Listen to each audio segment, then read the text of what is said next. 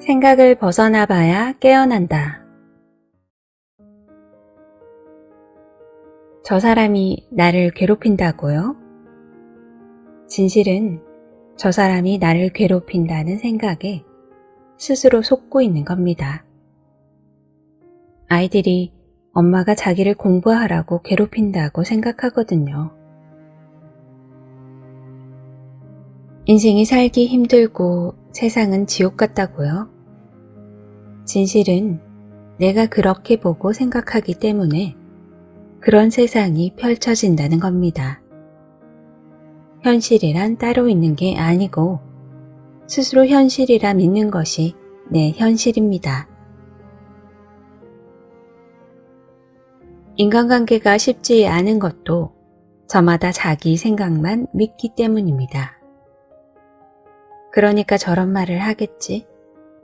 왜 생각이 그 모양인지 이해가 안 돼. 이런 자기 생각에 속아서 스스로 화를 내고 상대를 싫어하게 됩니다. 하지만 그것은 사실이 아니고 다 자기 혼자의 주관적 생각입니다. 우리는 자기 생각 속에서 이처럼 세상을 요리하고 평가하다가 죽습니다. 세상은 이렇게 꿈만 꾸다가 한 번도 깨나보지 못한 채 죽는 사람들로 넘칩니다. 생각은 의사소통을 위한 언어적 도구일 뿐 그 이상이 아닙니다.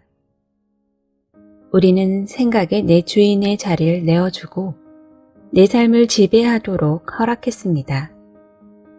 그리고 그 결과가 바로 지금 내 삶의 고통과 어려움으로 나타나 있습니다.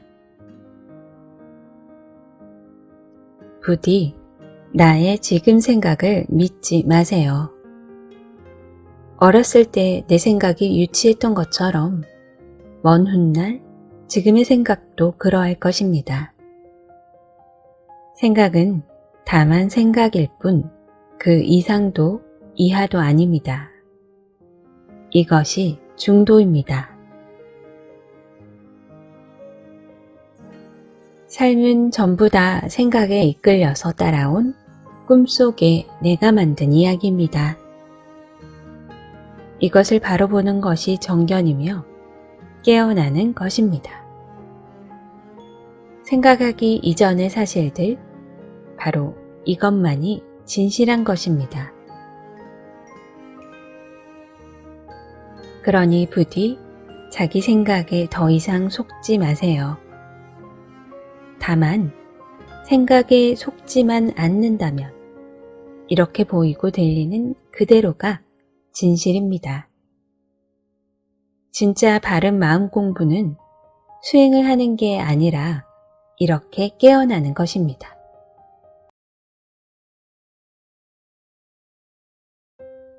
우리가 가진 생명의식의 능력 중에 가장 출중한 것이 바로 생각하는 힘입니다.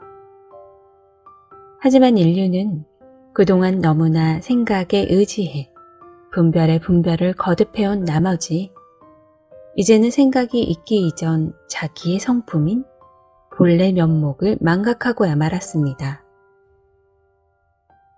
그리고는 이젠 생각이 시비분별하는 힘으로 신불이나 그 존재성에 깨어나는 깨달음에 대해서조차 의문을 갖거나 그게 현실에 무슨 도움이 되냐 의심합니다. 생각에 깊이 의존한 채 살아온 분들이니 그것도 충분히 이해가 갑니다. 그러나 어느 게 맞고 옳은지를 따진다고 해서 현실적 문제가 해결되는 건 아닙니다. 그냥 그렇게 분풀이하는 것뿐이죠. 그런데 그런 의문의심이나 시비분별의 본질은 옳고 그름에 있는 게 아니고 생각의 본질이 대체 뭐냐에 있는 것입니다. 우리는 생각 하나에 누군가와 친구가 되기도 하고 그러다 싸우기도 합니다. 그것은 생각을 자기와 동일시하기 때문입니다. 하지만 자세히 정견해 본다면 생각은 내가 아니고 단지 내 생명의식이 가진 능력의 활동에 불과합니다. 우리가 마음 공부하는 목적은 인생이란 고해에서 벗어나고자 함이지 인생에서 생겨나는 모든 물질적 문제들을 해결하고자 함이 아닙니다. 생각은 분명 현실 문제를 해결하는 데 도움이 되지만 결코 다 해결하진 못합니다. 그런데도 물질적 생각 관점으로 마음과 존재 본질의 문제를 시비 분별하여 분석하고 다루고자 한다면 그는 결국 실패로 끝나고 말 것입니다. 존재 본질의 문제는 생각의 본질, 즉 생각은 무엇에 의존하여 생멸하냐를 보아야 합니다. 이는 마치 악몽을 꿈꿀 때 꿈속에서 제 아무리 많은 생각을 해봐도 그 꿈을 벗어날 수는 없음과 같습니다. 악몽에서 깨어나는 유일한 길은 즉시 눈 뜨고 힘든 꿈에서 활짝 깨어나는 것뿐입니다. 그래서 생각을 벗어나라는 겁니다. 모든 생각은 의식에 의존하고 있습니다. 의식은 다시 무엇을 의존할까요?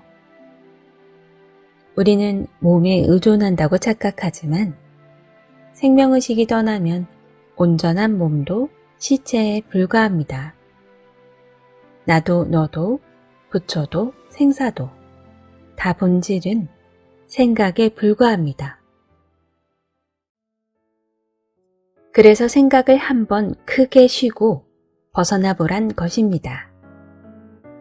그래야만 본래 그 자리에 스스로 이미 있던 본래 면목이 드러나게 됩니다. 본래 면목이 드러나며 스스로를 자각하는 것을 깨어남이라 할 뿐입니다.